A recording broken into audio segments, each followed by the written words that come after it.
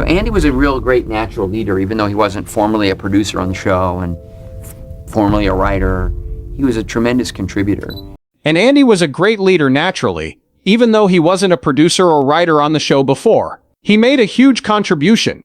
Ron Howard hasn't said anything about his time on the Andy Griffith Show, and it's not his fault. Every fan wants to know what happened when you grow up on one of TV's most popular shows. Ron has kept his relationship with Andy Griffith a secret for years, but now he is finally letting everyone know about it. Might Mayberry look as perfect as it did, but was it really? Did Andy really have the charm of Sheriff Taylor when he wasn't on screen? Get ready, because Ron may tell you something that will surprise you. The names Andy Griffith and Ron Howard make me think of the show Andy Griffith, and how cute the small town was. They did more than just go fishing and teach each other about life in Mayberry. You could see them laugh and cry together on screen, but their relationship was more complicated off-screen. During his time with Andy Griffith, Ron Howard spills tea for the first time. And trust me, it's not all walks on Sunday and talks with your son. What does Ron finally want to tell you? What about those rumors of trouble? Apollo 13 and A Beautiful Mind were both directed by the famous Ron Howard. Ron Howard was a kid who really wanted to make it in Hollywood. The person was born in Duncan, Oklahoma, on March 1, 1954. Ron looked like he was destined for fame. What will you do when both of your parents work as actors? Want to start a farm? Ron had already been in a commercial when he was 15 months old. Ron was out there killing his first gig while most of us were still learning how to walk. When he and his family moved to Hollywood, his dad, Rance Howard, taught him how to act without being paid for it. That wasn't enough for Ron. His parents also let him watch live TV shows. Ron's early performances were not only cute, they were also well done thanks to his parents' help. What does Ron have to say about his relationship with Andy Griffith in real life? Stay put. Things are about to get more interesting in this story. Ron Howard didn't just happen to end up in Hollywood. He grew up there. Imagine getting your first movie role when you were 5 years old in The Journey, 1959. At that age, most kids are still learning how to tie their shoes. But Ron, he already shared screen time with people who work in the business. But it wasn't until he was on Playhouse 90 that people knew he was pretty good. People who review movies said that he added a level of depth that you wouldn't expect from someone who probably still needed to be told to eat their vegetables. When Ron tried out for the Andy Griffith Show in 1960, he was already getting noticed in Hollywood. Some casting directors may have been interested in him at first because of his fiery red hair, but his natural acting skills and desire to learn made the deal official. Early on, he got a lot of calls back because his hair made him stand out. Ron became well known after getting the part of Opie Taylor when he was 6 years old. What went on behind the scenes was just as important as his relationship with Andy Griffith on screen. Andy looked out for him, showing him everything, from how to time a joke to why character motivations are important. It wasn't just acting lessons, it was also life lessons with a cute soap opera twist. Then there was that famous audition moment. Ron learned a lot on the Andy Griffith Show set, where he also worked. He was learning how to work with others and tell stories while most of the other kids were figuring out how to get along at recess. Let's be honest, there aren't many kids who can say they worked every day and got direction from Andy Griffith. Andy Griffith's story began in Mount Airy, North Carolina, a small town that served as the model for Mayberry. Andy wasn't born with a silver spoon in his mouth. He was born on June 1, 1926.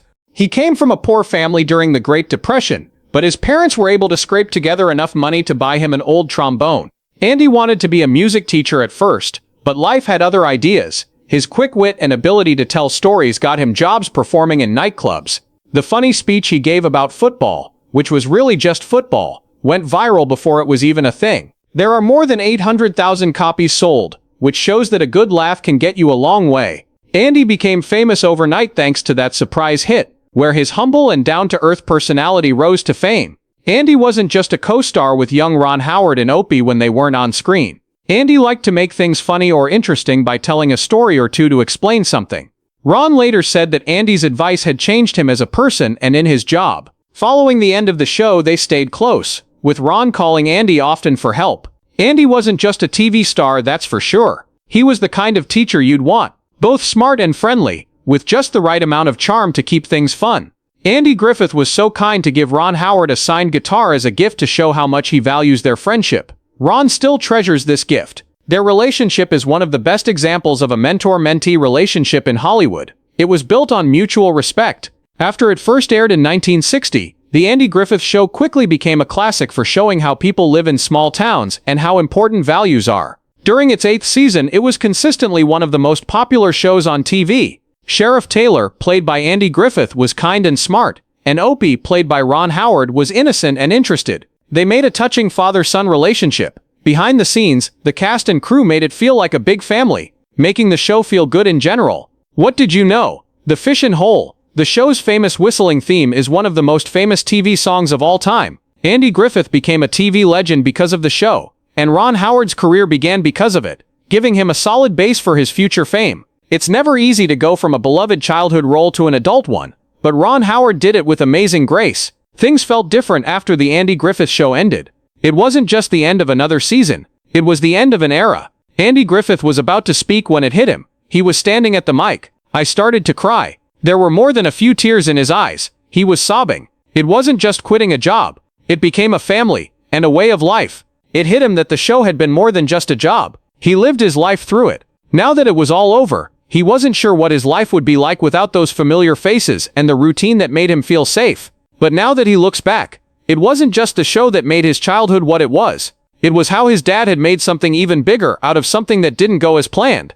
His dad came to California to finally follow a dream that had been put on hold during the Korean War. His big break didn't work out though. It was for his little boy. His dad taught him how to act in a way that only a parent could, because of that turn of events. It wasn't like any other acting class. His dad broke down the craft so that even a little kid could understand. Something strong but simple. He was learning the basics of Stanislavski in a simplified way, even when he was 4 or 5 years old. His dad would break down a scene, like when Opie was trying to avoid doing his homework, describing how the lines make you feel. Opie doesn't want to do his homework, but his dad makes him. It's just that he wants to leave. His dad would show him the different parts of the character in a way that was easy for him to understand. He would quickly remind Opie that that was just a scene and not real life if there was ever a time when he got away with something. Do not do it in your own home. His dad did more than just teach acting though. He had this very special talent. No matter how strong someone was, they couldn't scare him. Some of the greats he worked with were Andy Griffith, Don Knotts, Aaron Rubin, and Sheldon Leonard. What if his dad raised his hand and said, "Hold up, I don't think this is working, even with all these big names? It seems like Opie is being too spoiled.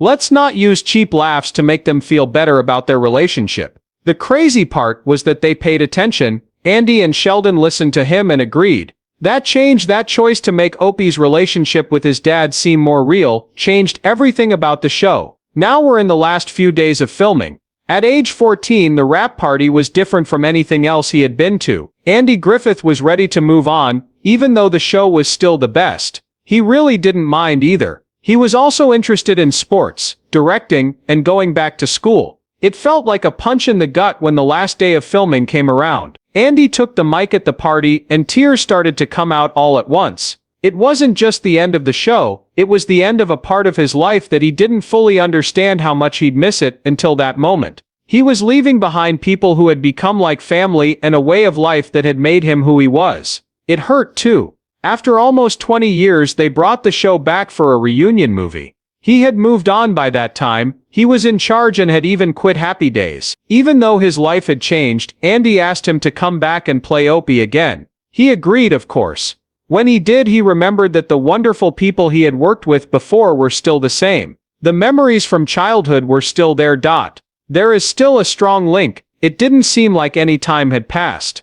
Moving on, Ron Howard wasn't happy to keep riding the Opie Taylor wave. He quickly took on other roles, like the lead role in George Lucas's 1973 movie American Graffiti. Everyone could hear how well the movie did. Ron was no longer just that kid from Mayberry. He also went to school at USC's School of Cinematic Arts to learn everything there is to know about making movies. Ron chose to stop being known as a child star and started directing with Grand Theft Auto, 1977. Roger Corman, the master of making magic on a shoestring budget, made a crazy low-budget movie. It wasn't the video game. Then came the big hits. Splash, 1984, a romantic comedy with a mermaid that made us all believe in love and sea creatures, and Cocoon, 1985, a touching sci-fi story about whether or not people can age gracefully. Many people knew Ron as a director because of these hits. It wasn't just Hollywood that they could show that you can change things. It's important, Ron gave up his small-town charm to become a star in movies. We're really better for it. Ron Howard got married to Cheryl Alley in 1975. Even though Hollywood doesn't think they'll last, they're still going strong after almost 50 years. Ron and Cheryl's marriage has been the only one that has lasted longer than the length of a movie. Cheryl, who was a great writer, became his rock and helped him get through the crazy world of show business. And let's be honest, Hollywood isn't fun. They raised a close family that includes Bryce Dallas Howard, who is now a famous actress and director. No matter how fancy things got, the Howards always kept their feet on the ground. Ron says that Cheryl's unwavering support is a big reason for his career success. He's often talked about how being a dad has changed the way he tells stories. Their group texts are probably the most interesting in the world. They work together, walk red carpets, and are very close. The fact that Ron and Cheryl are still married shows that love can last in Hollywood. At the same time, Andy Griffith kept wowing people after he left Mayberry. In Matlock, he played a smart but down-to-earth lawyer. It's clear that Southern charm and a sharp suit will always be in style. People loved him even more, and the show became a new hit. Andy didn't stop there though. He also went back to his musical roots by putting out country and gospel albums that were influenced by his upbringing in the South. Andy always thought that his time in Mayberry was the best part of his career. Even after all of these accomplishments, he also stayed in touch with his co-stars, especially Ron Hawk, whom he lovingly called his son in spirit. Andy managed his work and personal life like a pro in his later years, making sure that his reputation as one of America's favorite entertainers would live on. Ron Howard went straight to Milwaukee in the 1950s after leaving Mayberry, or at least that's what the sitcom version of the story said. Ron changed his name to Richie Cunningham when Happy Days came out on TV in 1974. The cool kid that everyone wanted to be their best friend. People all over the world learned catchphrases, bought leather jackets, and thought Fonzie was the coolest mechanic ever. Richie was very popular, but Ron had other ideas. He learned everything he could about directing on set during his free time and even tried his hand at it with a few episodes. Ron did more than just act on Happy Days. It was the start of a career in movies that would come to define him. Andy Griffith was more than just the nice sheriff of Mayberry. He was also a teacher who was aware of how important it was to be a leader, even when he wasn't on screen. Andy wasn't the type to leave work when the scene was over. He continued to guide young Ron Howard with wise words that were always delivered with that honest, down-to-earth charm. They stayed close after the Andy Griffith Show ended, and they would often catch up over quiet conversations or family times. Andy did more than just support Ron's goal of becoming a director. He told him that breaking into Hollywood was like fishing. It took work, patience, and maybe even some luck. Ron paid attention to Andy's advice, and his first movie as a director went off with a splash. Make a Splash. In 1984, the silly love story about a mermaid falling in love with Tom Hanks became a surprise hit. Both audiences and critics loved it, and it seemed like everyone was okay with believing that a fishwoman and a man could fall in love. That movie had the right amount of heart, humor, and weight.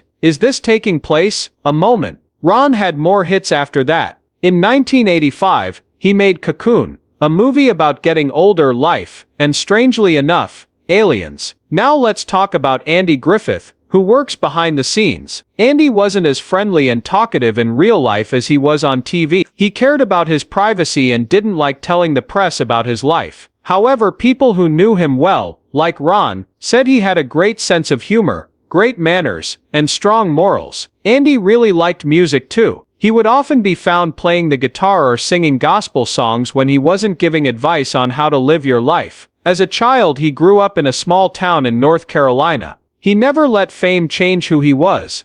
Ron often said that Andy's humility and hard work had shaped the way he lived and worked. Andy Griffith may have been the coolest teacher in the world, what with teaching people how to play the guitar and giving them life lessons. Andy Griffith was calm and honest, which made everyone who knew him like him. It rubbed off on Ron Howard, who is now one of the most respected directors in Hollywood. Take the 1995 movie Apollo 13. This movie is great if you like exciting shows about NASA and being on the edge of your seat. Ron made it into a thrilling show based on a true story of a space mission that went wrong. The movie was up for 9 Academy Awards, including Best Picture. The 2001 movie A Beautiful Mind looked at the complicated beauty of mental illness. It won a lot of awards, and Ron won his first Oscars for Best Director and Best Picture.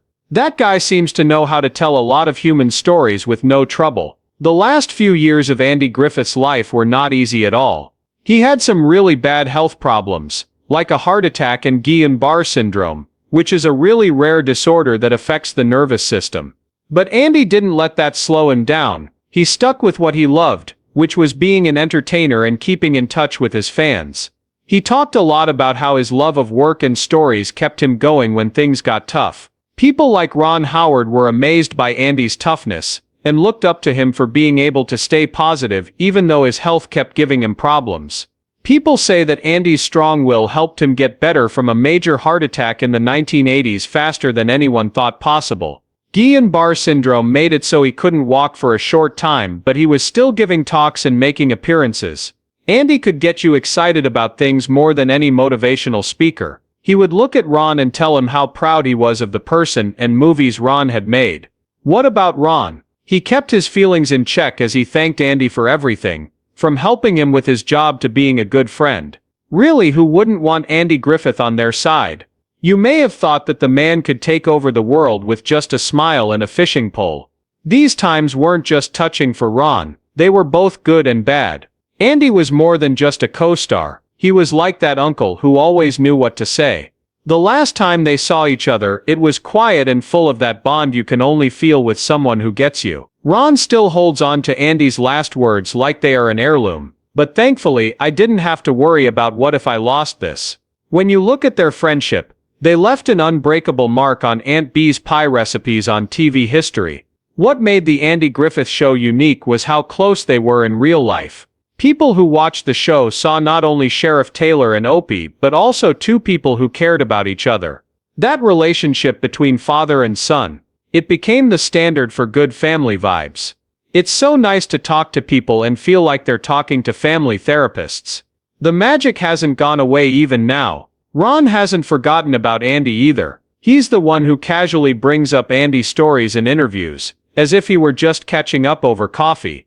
He says that Andy taught him important lessons like respect, kindness, and how to keep calm under pressure, which helped him become successful in Hollywood. Ron kept Andy's spirit alive on his sets as a director. There is no diva drama. Everyone works together and treats each other with respect, and even the crew feels like family. This is the kind of leadership Andy would have liked, and it makes sure that his memory lives on in every movie Ron works on.